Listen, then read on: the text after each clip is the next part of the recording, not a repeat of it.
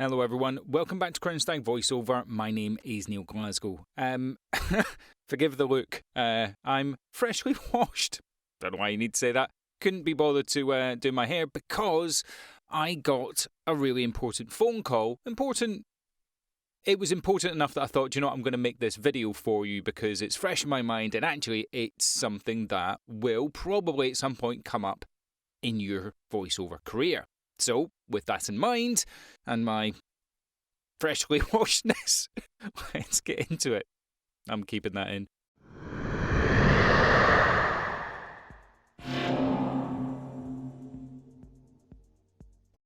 Okay, so what is this phone call that I had? So, let me tell you a story.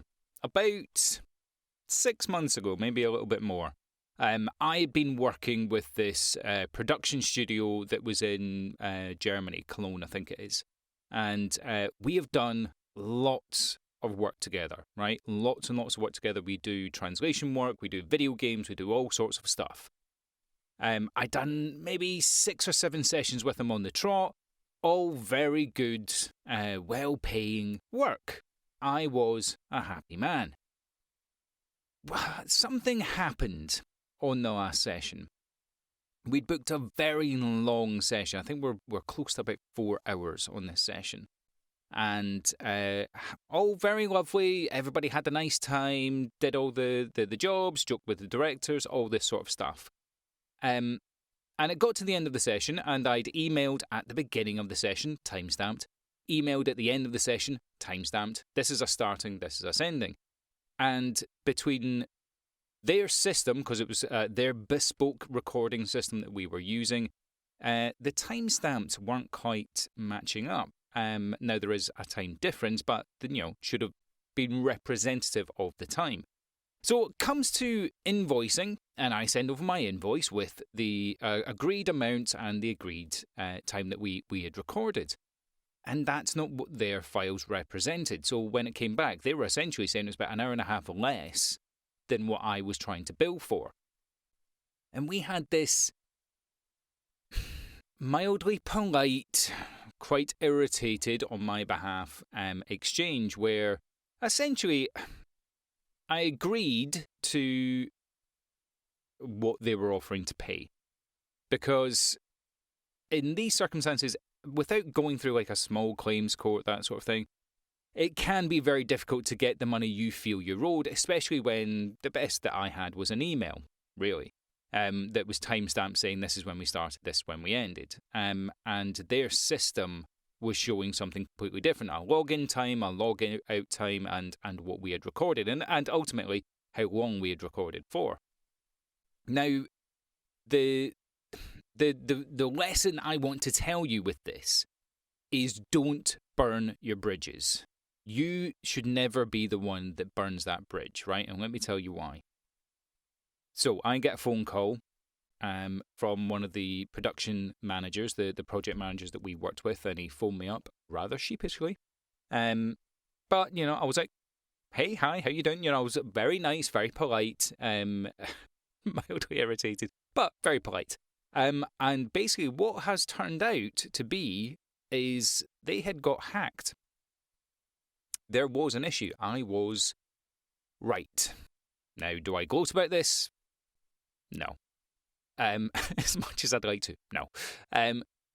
There was an issue, and they can only go by the information that they had. And ultimately, they phoned me up to say, look, and bear in mind, months later, but phoned me up to say, look, there was a problem.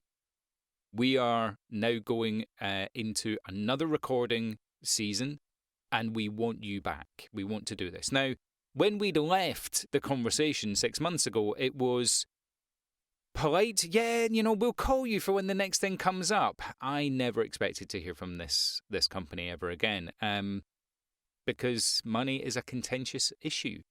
I'm glad that they did phone, but yeah, I was never expecting to hear from them again. And I know people who would have fought the long fight for whatever amount of money that is. Now, don't get me wrong, if this was an amount of money that would have made the difference between me, keeping my house and not, believe me, I would have fought for it. But given that I'd done so much work and, they were very good to me, very good rates, I was irritated, but I let it slide. And ultimately, they've now come back to me wanting to use me more and and took ownership of the problem that began with 6 months ago. And like I say, this guy phoned me up very sheepishly. He was not expecting me to respond positively. And that's, again, one of the messages I want to make sure that you get across. You never know how these things are going to go in your professional life, particularly if you're working in voiceover. This is your business. If you're a one-man band, you need to make sure that people have a positive view of your reputation, not just your capability.